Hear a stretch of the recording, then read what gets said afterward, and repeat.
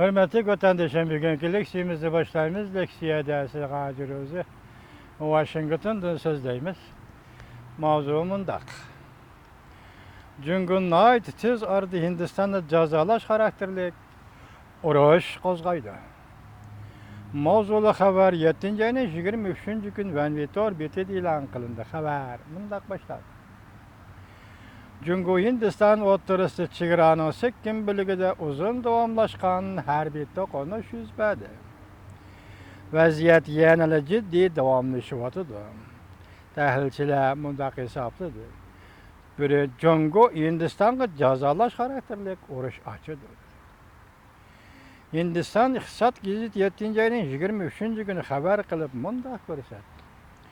Cunguning mutaxassisi Bongshin Chunning deyishicha, Cungu ve Hindistan oturusu Doklam rayonida urush portlashi mumkin.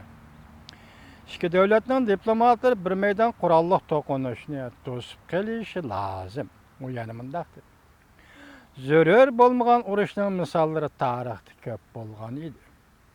Cungu Hindistan oturusu urush yuz bersa, har ikki tarafga ziyonli.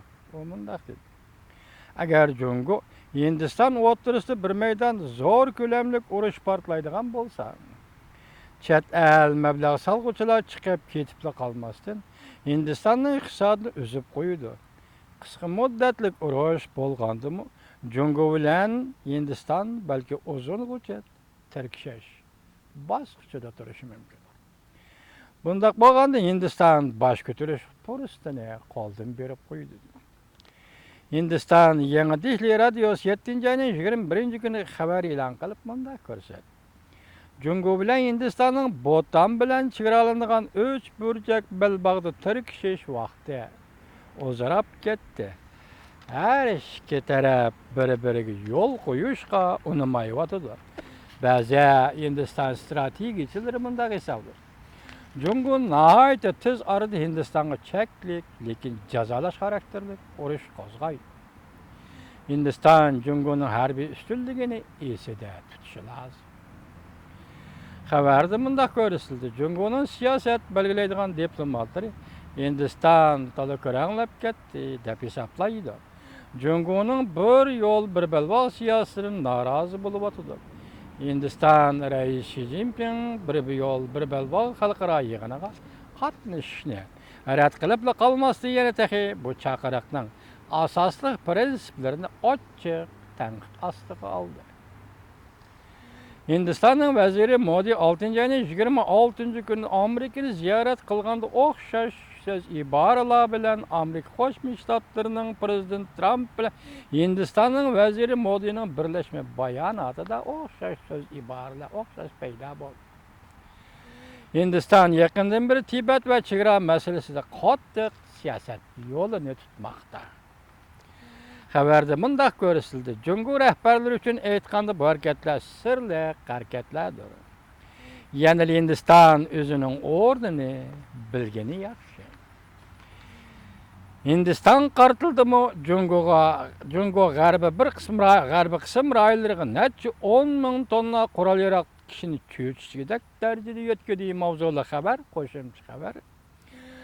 7 ayning 19 kuni Dovi torbitida e'lon qilindi. Xabar mundaq boshlandi.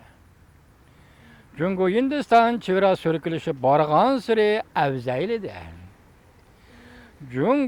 Cunguda turishli qarqash davlatlarning bosh elchilariga ahvolni uqtirib, Cunguning sabri taqati to'shdi deb ko'rsatdi. Degandan keyin Cungu g'arbiy qism harbiy rayoni Tibetga nihoyat zo'r turkumda harbiy qurol-yarog' lavozimot buyumlarini yetkazishga boshladi. Hindiston Yangi Dehli televiziyasi 7 ayning 19 kuni xabar qilib mundaq ko'rsatdi. Ozodlik armiya matbuotlarining xabariga asoslanganda Cungu 7 ayning 19 kuni bir qancha 10 ming tonna harbiy aslahalarni va harbiy mashinalarni Iroqdagi Tibet rayoniga yetkazib keldi. Belki bu Donglang rayonida Cungu Hindiston chegarasi so'rkilishiga to'g'ri kelib qoldi.